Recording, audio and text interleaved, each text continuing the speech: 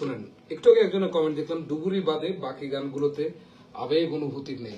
আপনি খুবই ট্র্যাডিশনাল একজন শ্রোতা, আপনি শুধুমাত্র ব্যালাড শুনতে পছন্দ করেন, টানা টানা টানা টানা প্রেমের নেকা নেকা গান আপনার শুনতে খুব পছন্দ। আপনি নতুন ধরনের গান, আপনার শোনার অভিজ্ঞতা কম এবং আপনি সেটাকে আইডেন্টিফাই করেন না যে আমার আসলে এই টানা টানা ব্যালাড বাদে অন্য কিছু ভালো লাগে না। এটা আপনার সমস্যা, এটা অন্য কারোর সমস্যা না। এখন একজন গায়কের দায়িত্ব আপনার ওই বারে বারে ব্যালাডটা দিয়ে দেয় না।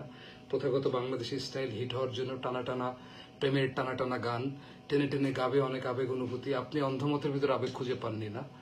হাইওয়ের মৃত হরিণ, এটা তো অবশ্যই আপনার ধারণার ভিতর নেই। আপনি সমকাল কীর্তনের বিজ্ঞানের মুখোশের দিকে থু থু থু আবেগ খুঁজে পাননি না। আপনি প্রেম শকুনে আবেগ খুঁজে পাননি। আপনি প্রেমাগ্নিগীতা, এটা হলো আপনি খুব ট্র্যাডিশনাল।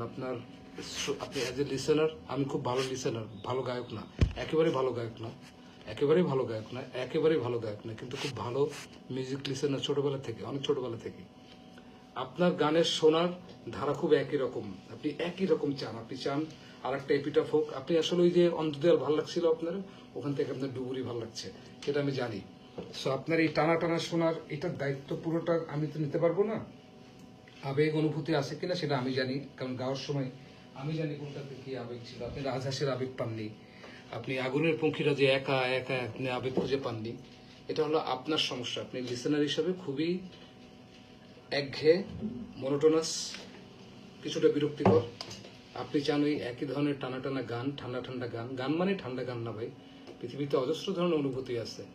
শুধু এই সব কি আপনার যদি এরকম মানুষের হৃদয় ভরে ওঠে সব যদি এই করতে থাকি, তাহলে তো আর অজস্র কিছু বলা হয় না।